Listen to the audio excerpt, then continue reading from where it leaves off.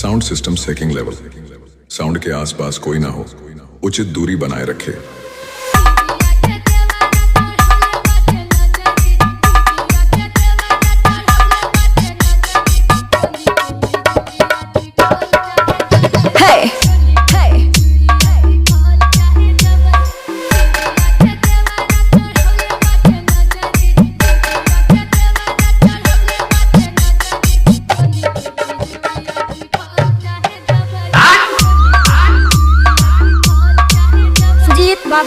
बाबू हाइट एक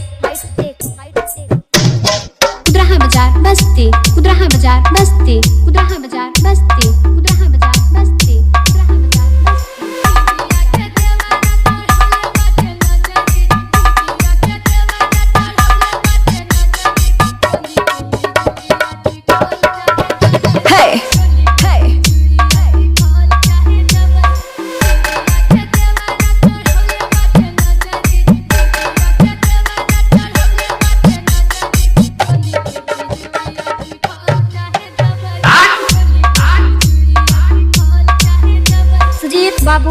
बाबू हाइट एक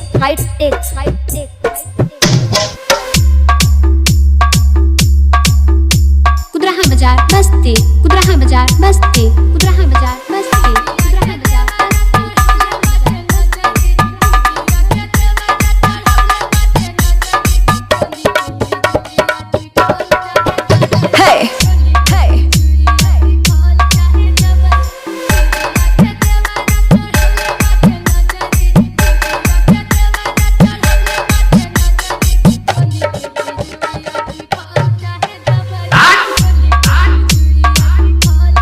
कुदरहा बाजार बस्ती कुदरहा बाजार बस्ती